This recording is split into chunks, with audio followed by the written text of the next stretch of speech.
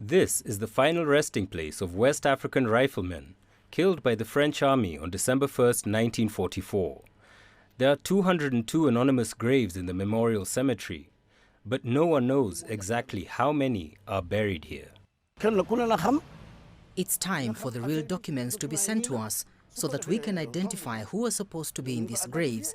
Each tomb must be given a name, but it doesn't make sense to keep telling visitors this story just by the number of graves. We don't have any more information than that. France has maintained that 70 sharpshooters were laid to rest near the Senegalese capital, but historians say that the true number is likely more than 300. They also say that the World War II veterans actually remain in a mass grave. Biram Senghor is the only known living descendant of the Thiaroye victims who came from various French colonies.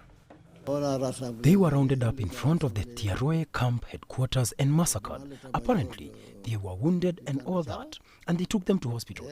My father was one of those people who was wounded, but they went to finish them off at the hospital. Where and how his father died has remained a mystery, but the 82-year-old says he must clear his family name before he dies. Not only did France massacre my father and his comrades, but France must pay the money for which my father was killed. That's two things.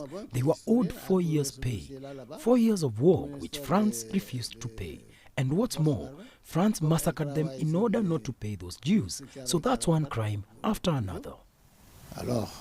Senghor has made the plea for exhumation to French and Senegalese presidents for years, urging them to correct the record once and for all. French legislators have called for an inquiry into the killings after French President Emmanuel Macron acknowledged it as a massacre on Thursday. Tony Kongo, CGTN.